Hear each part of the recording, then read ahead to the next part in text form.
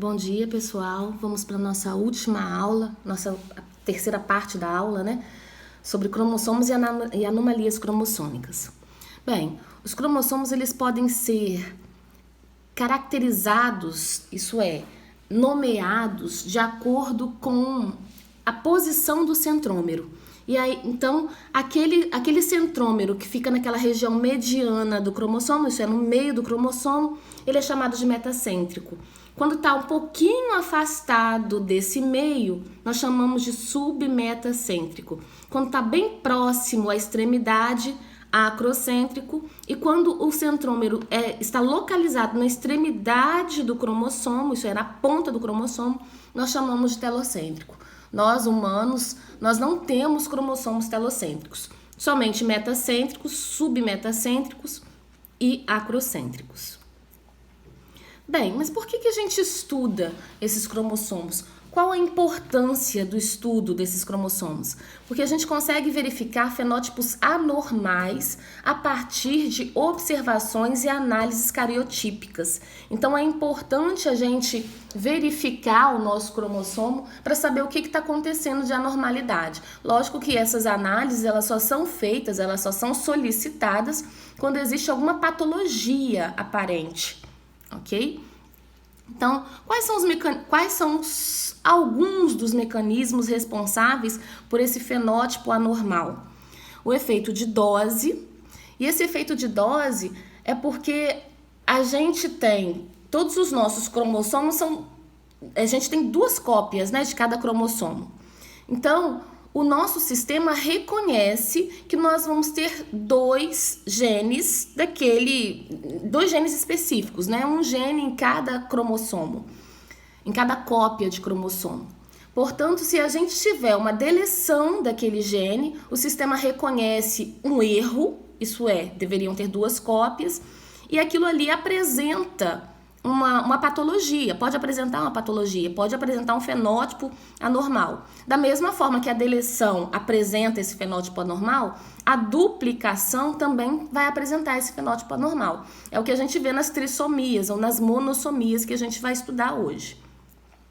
Bem, esse efeito de dose, ele só não acontece, na verdade é uma exceção da interpretação do sistema, com relação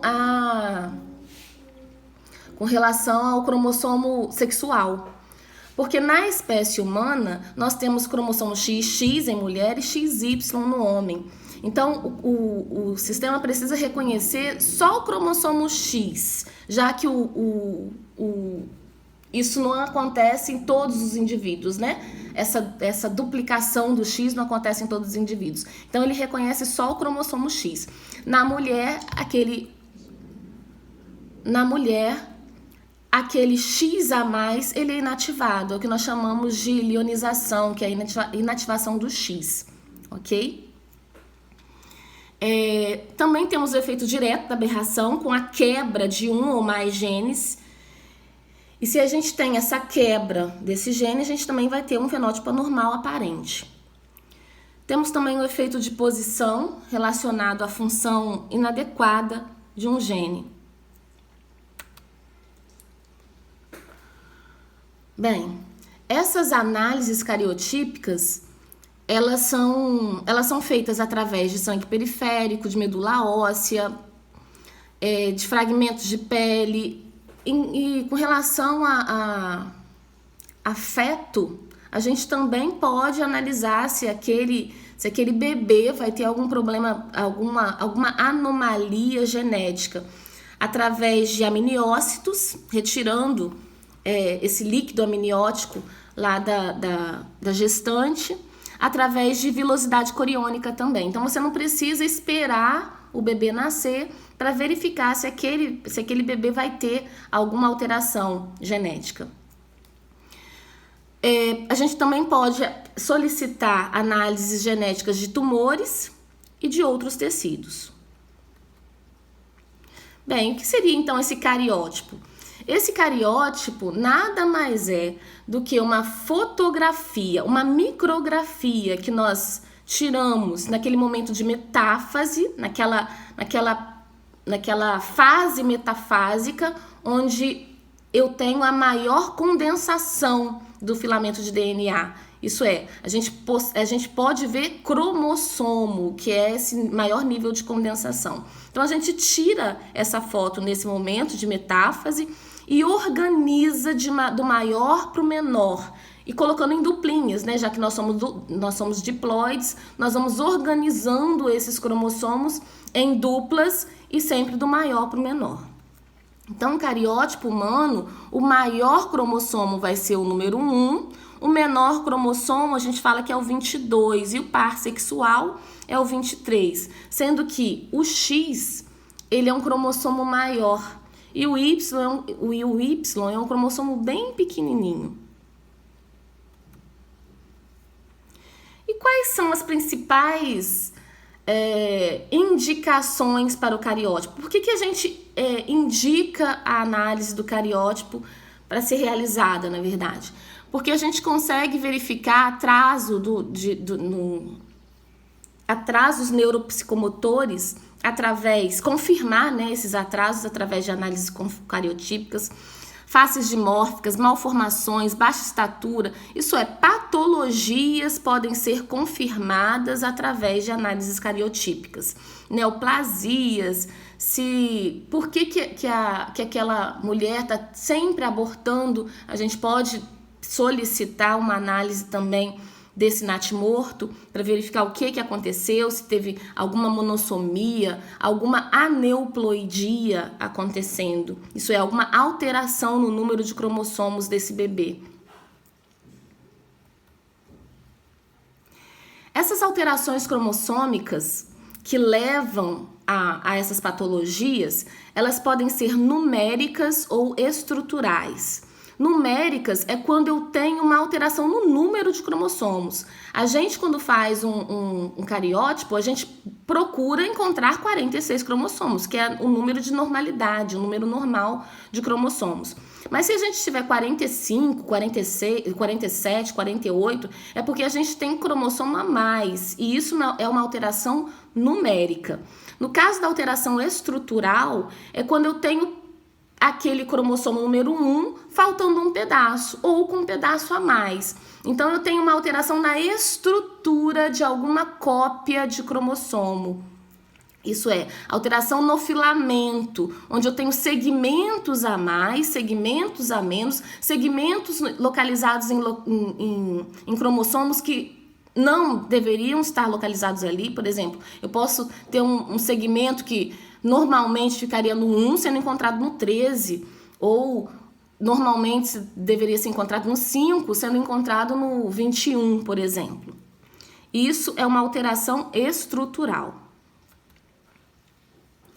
Então, essas alterações estruturais, essas alterações cromossômicas, numéricas, elas podem ser caracterizadas como aneuploidias ou poliploidias.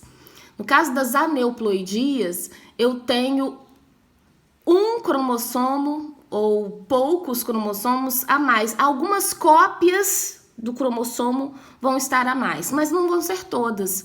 Então, a trissomia do 21 é porque eu tenho, ao invés de 2 cópias do cromossomo 21, eu tenho 3 cópias, por isso trissomia.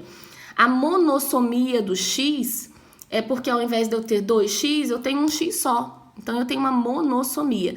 Essas alterações são chamadas de aneuploidias. É porque não aconteceu no conjunto todo de cromossomos, aconteceu apenas em um único cromossomo.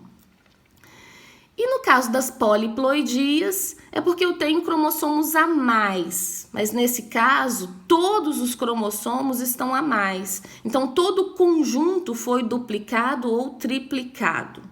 E o que seriam essas euploidias aberrantes? Na natureza, nós encontramos muitos organismos poliploides. Isso pode ser muito bem observado nas plantas.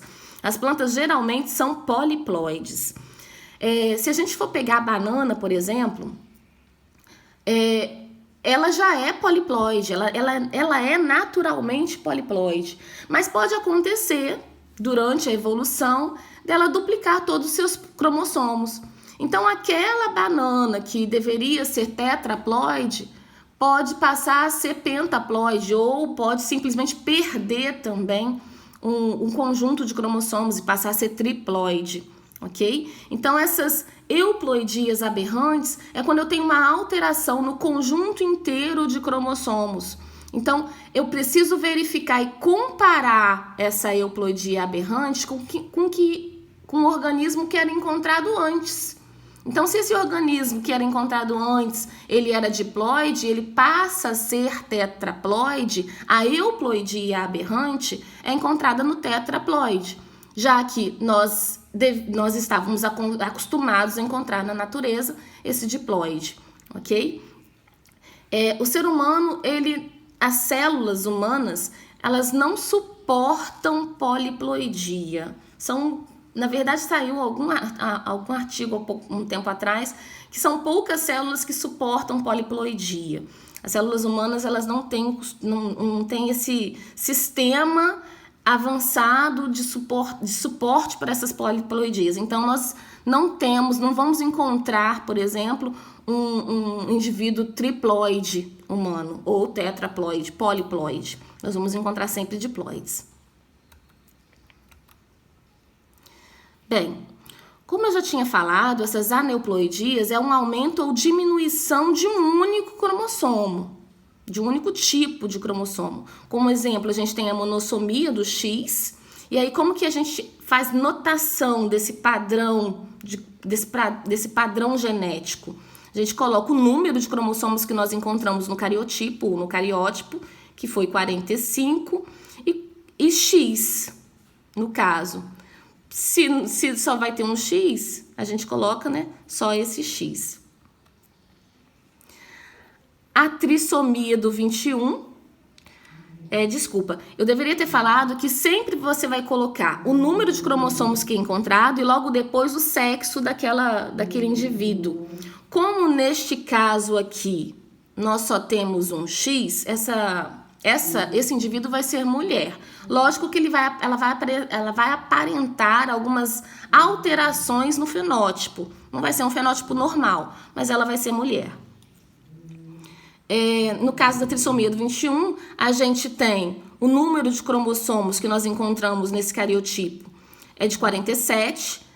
Se é uma mulher que está realizando o cariótipo, a quem pertence aquele cariótipo, a gente vai colocar XX. E qual é o cromossomo que está a mais? A gente vai colocar o 21, isso é mais 21. Eu tenho um cromossomo 21 a mais.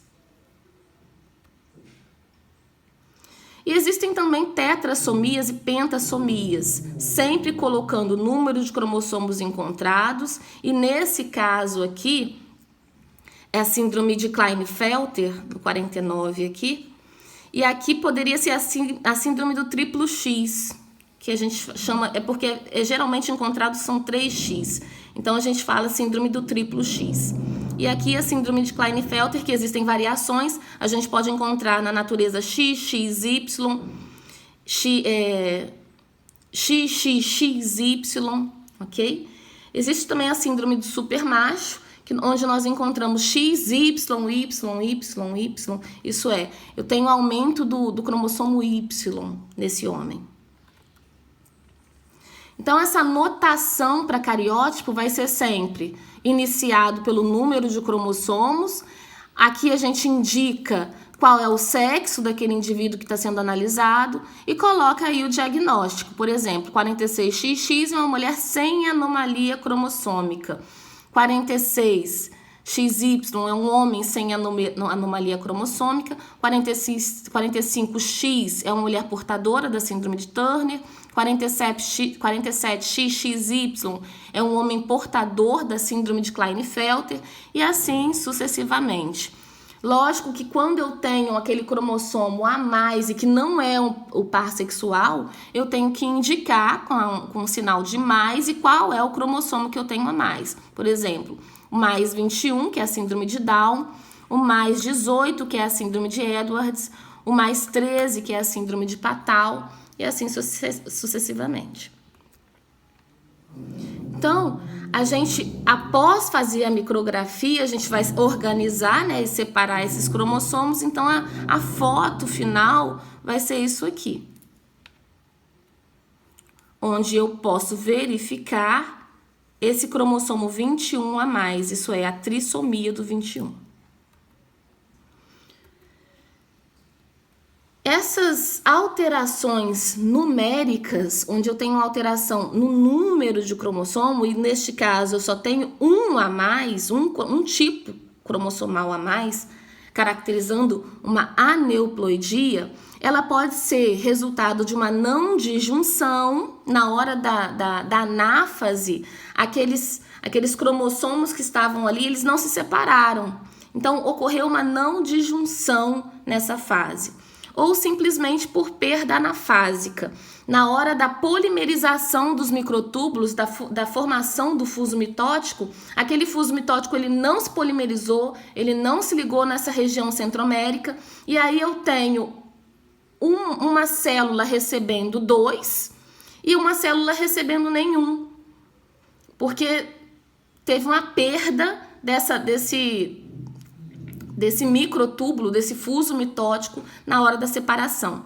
Pode acontecer também daquela outra célula que está sendo gerada receber somente um, isso é, receber a cópia normal, o número de cópias dentro da sua normalidade. Mas o outro cromossomo que deveria vir para a célula